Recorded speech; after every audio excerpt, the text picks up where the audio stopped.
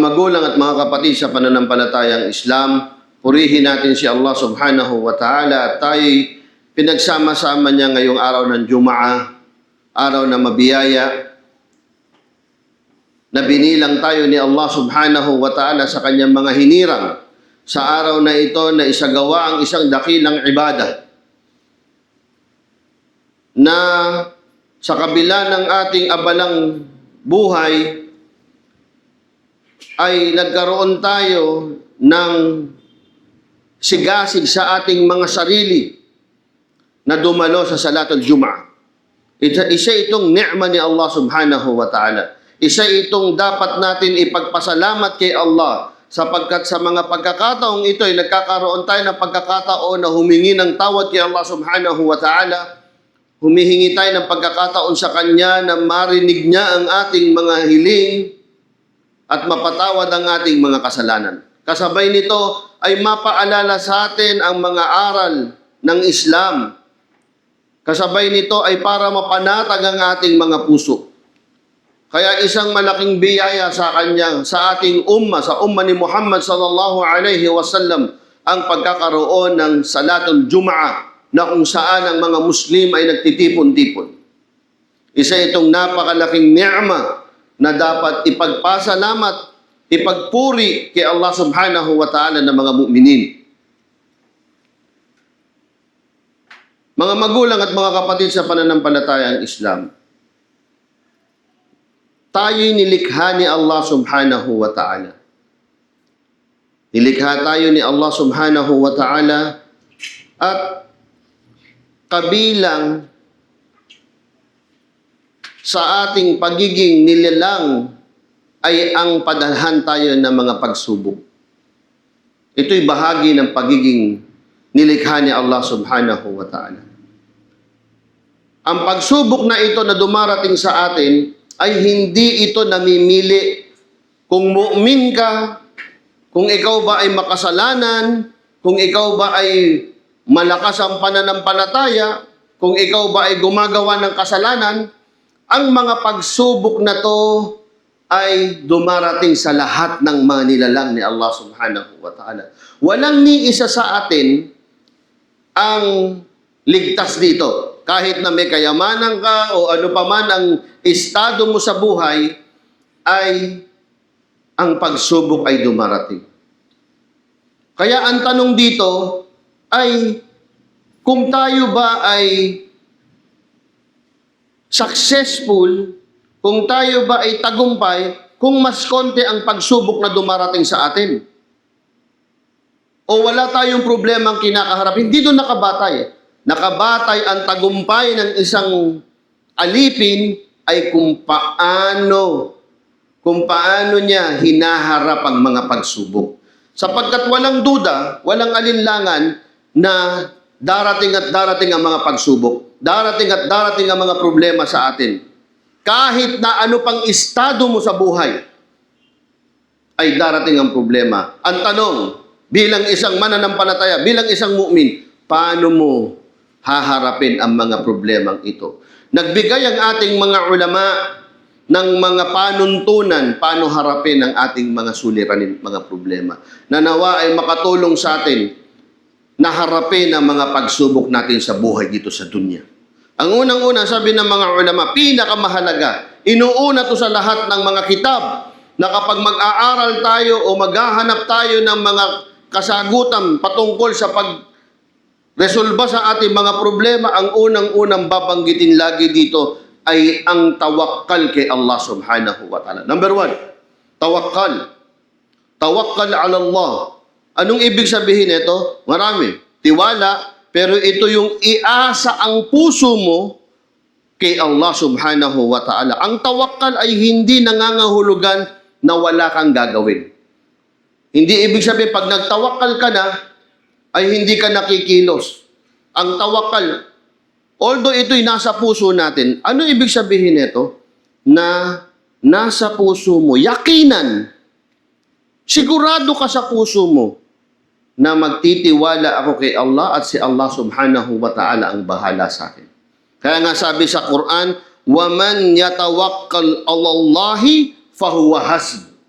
Sino man daw anya ang magtiwala kay Allah subhanahu wa ta'ala ay sasapat na sa kanya ito. Kaya number one, sa ting harap tayo sa malalaking problema, ang unang-unang kailangan ma-establish natin sa ating puso ay tayo'y nagtitiwala kay Allah na siya ang magpapadala sa atin ng solusyon sa mga problemang ito. Pero hindi nangangahulugan na nagtitiwala ka na kay Allah ay hindi ka nakikilos. Sapat na yung tiwala kay Allah, pero kasabay nito, kailangan ang mga Muslim ay kumilos upang lutasin ang kanyang mga problema. Insha'Allah ta'ala. Ang lagi natin sinasabi, kapag may darating na problema, wag natin sasabihin na tapos na ako. Ito na ang katapusan ko.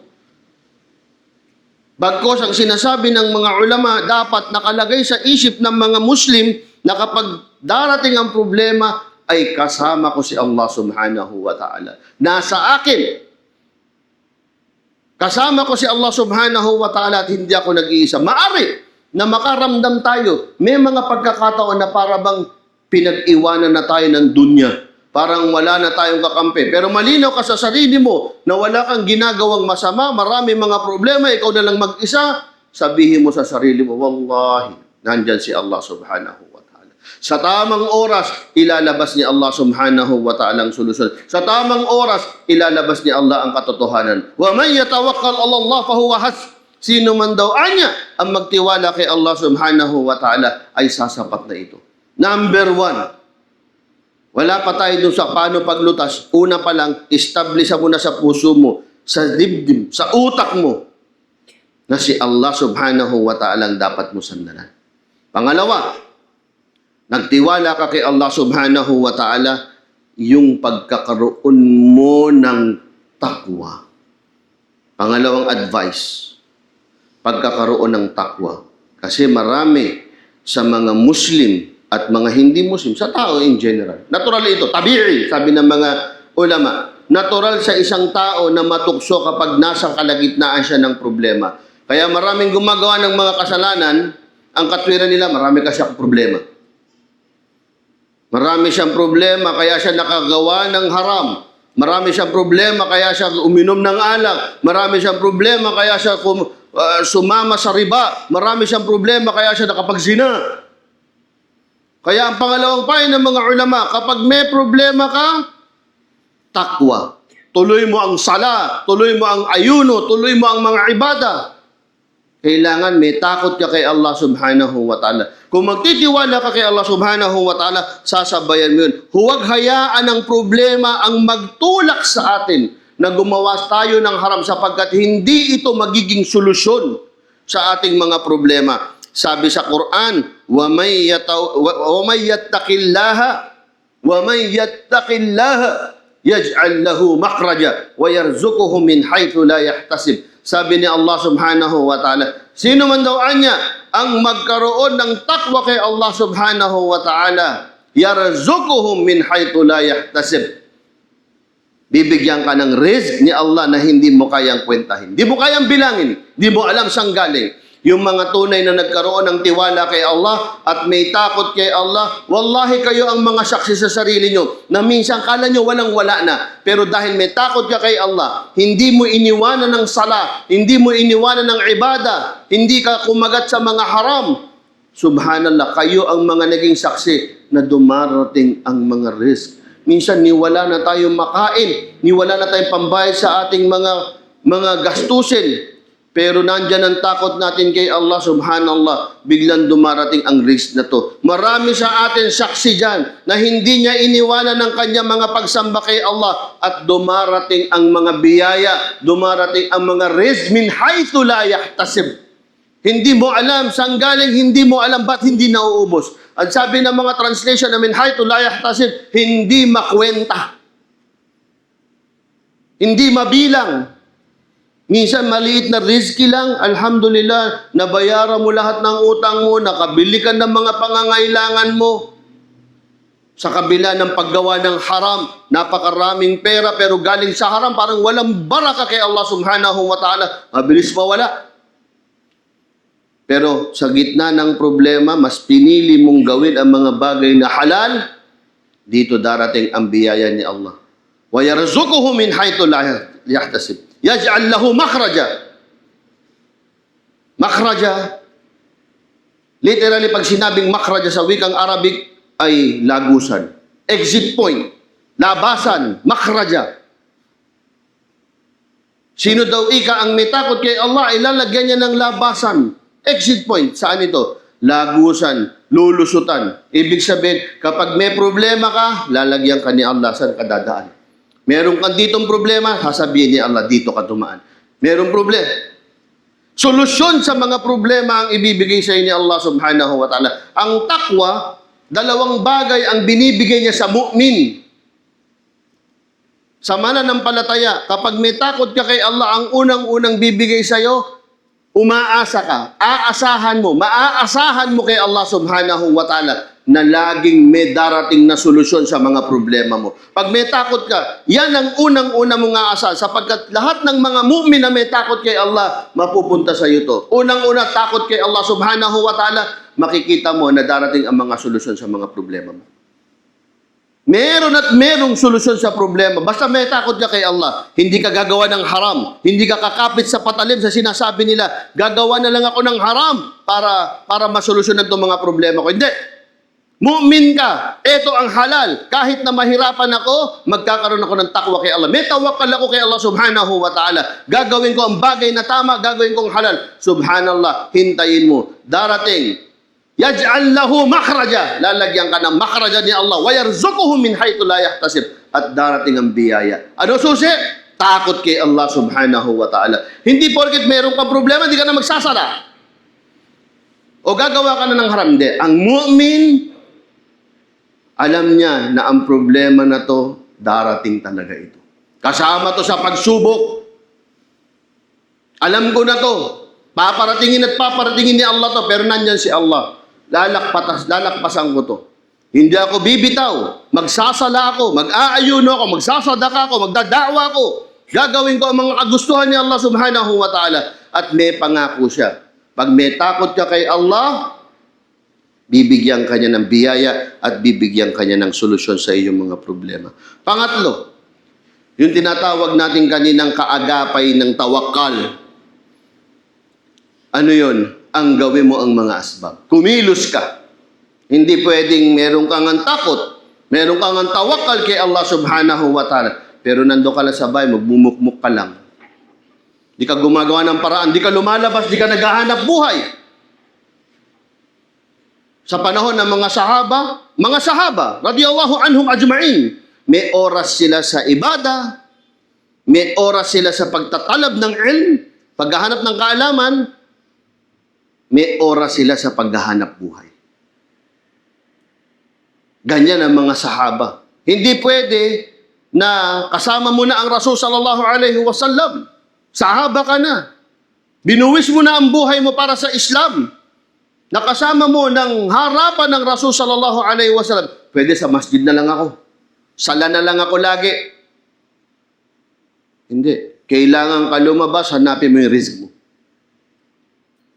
Kailangan tayong kumilos. Meron kang tiwala, meron kang takot, kailangan kang kumilos. Kung may problema ka, hanapan mo ng solusyon. Merong may sakit sa pamilya, maghanap tayo ng solusyon. Maghanap tayo ng solusyon na halal. May problema ang negosyo mo, hanapan natin ng paraan na halal. Natanggal ka sa trabaho, hanap ka ng trabaho na halal.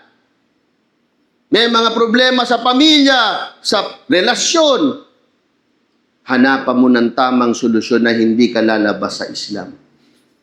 At darating ang tulong ni Allah subhanahu wa ta'ala. Hindi pwedeng may tiwala ka na kay Allah o may takot ka na kay Allah subhanahu wa ta'ala ay hindi ka na gagawa ng mga bagay para malusutan o masolusyonan ang problema mo. Faida azamta fatawakkal Allah. Sabi sa Quran, kapag nagpasya ka na, nagdesisyon ka na, etong gusto ko, etong gagawin ko, doon pa lang papasok yung fatawakkal Allah. Kailangan maging firm ka. Ito ang mu'min. Ang mananampalataya, pagkatapos niya magtiwala kay Allah subhanahu wa ta'ala, pagkatapos niya magkaroon ng takot, hindi siya tatambay lang. Hindi siya magmumukmuk. Hindi siya magmamasjid na lang. Lalabas siya. Hahanapin niya ang rizq ni Allah. Hahanapin niya ang baraka sa labas. Hahanapin niya doon. Yan ang isang mananampalataya. Yan ang ginawa ng mga sahaba, mga tabi'in.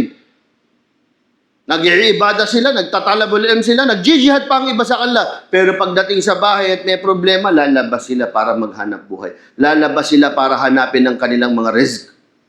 At yun ang sifa, at yun ang katangian ng mga mu'minin. At ang panghuli, lagi ito, lagi nating lalagyan ng sabar. As-sabar. Ito ang pinakamagandang payo lagi sa atin. Inna Allaha ma'as sabirin. Tandaan natin, sa tuwing may problema at nagsasabar ka, sino kasama mo? Si Allah. Wallahi, sa suratul Asr, sinabi ni Allah subhanahu wa ta'ala, wal asri innal insana lafi khusrin. Sumpa man sa panahon na ang tao, innal insan, mapamu'min ka, mapakafir ka, malakas ang iman mo, mayaman ka, mahirap ka, innal insan lafi khusrin. Lahat ng tao ay nasa pagkalugi, pagkatalo. Tafsir neto, mas malalim pa, maraming mapupunta sa impyerno. Innal insana lafi khusrin, lugi, talo. Illa alladhina amanu, maliban sa may iman. Illa alladhina amanu, nanampalataya, Muslim, wa amilus salihat, gumawa ng kabutihan, kumilos. Hindi yung Muslim lang ako sa salita. Hindi, kumikilos. Illa alladhina amanu wa amilus salihat. Wa tawasaw bil haq, nagwasiya, nagsalita, nagpayuhan ng haq, da'wa, wa tawasaw bis sabr. At nagpayuhan sila ng sabar. Kaya ang pinakamagandang payo, magkakaroon ka ng mga payo na ganito o itong mga gagawin mo sa problema mo, ang pinakamagandang payo, magsabar ka. Hintayin mo at paparatingin sa iyo ni Allah subhanahu wa ta'ala ang solusyon sa mga problema mo. Ang isang mananampalataya, may buong tiwala kay Allah subhanahu wa ta'ala. Ang isang mananampalataya ay may takot, ang mananampalataya ay kumikilos, at meron siyang sabar. Wa aqulu qawli hada wa astaghfirullah li wa lakum wa lisa'il muslimina min kulli dhanbin fastaghfiruhu fa innahu huwal ghafurur rahim. Mga magulang at mga kapatid sa pananampalatayang Islam, ang problema ay walang dudang darating. At may darating pa. At may darating pang mas malalaking problema sa atin. Wallahi al-azim. Walang makakaligtas sa atin dito. Kung may problema tayo, may darating pa. Hanggat hindi mo nasisiguradong dyan na ka, hanggat nandito pa tayo sa dunya, darating ang mga problema. Pero wallahi, sa bawat pagdating ng problema at bawat nalalakpasan mong problema, tumataas ang iyong antas ng pagiging mananampalataya. Diyan ka hinuhubog ni Allah. Sa bawat problema. Nagka-problema ka ngayon, lutas mo, nalusutan mo, wallahi mararamdaman mo, mas matatag ka. Kung titignan mo nung nakaraang mga 10 taon sa kung sino ka ngayon, hindi ka magiging ganyang katatag, ganyang kagaling sa negosyo, ganyang kagaling sa trabaho, sa lahat ng ginagawa mo kung hindi dumaan lahat ng mga pagsubok at problema sa iyo. Bandang huli, ikaw ang panalo sa mga problemang dumating na pinadala ni Allah at ikaw ay nanatili, naging matatag. Subhanallah, nakikita mo na ito'y pala'y para sa iyo lahat.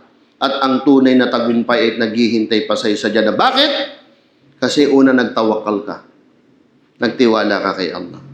Pangalawa, nanatili ang takwa mo. Sa lahat ng mga pagsubok, hindi ka bumitaw. Hindi ka bumitaw sa sala. Pag sala, magsasala ka kahit na gano'ng kabigat ang problema. Bagkus ito pa ang nagpapagaang ng loob mo. Kapag nakasudyod ka, wala kang masumbungan. Pero pwede mo sabihin kay Allah, Ya Allah, Allahumma a'in. Ya Allah, sa sujud, sa gabi, mas may problema ka, mas damihan mo ang sala. Sabay nito ang pagkilos, hindi ka sumuko. Hindi ka sumuko. Lumabas ka, hinanap mo ang risk mo. Natalo ka, bangon. Nalugi ka, bangon. Nagka-problema ka, kahit na sa relasyon, lahat, bangon. Para kay Allah subhanahu wa ta'ala. At sabi sa Quran, فَإِنَّ مَعَ الْعُسْرِ يُسْرًا. At inunit pa ni Allah, Inna ma'al usri yusra. Tunay na sa bawat paghihirap, ang kasunod nito, kaluwagan, kaginhawaan.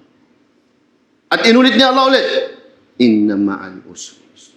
Para maging malinaw lang sa ating mga Muslim, na hindi pwedeng titigil lang sa hirap.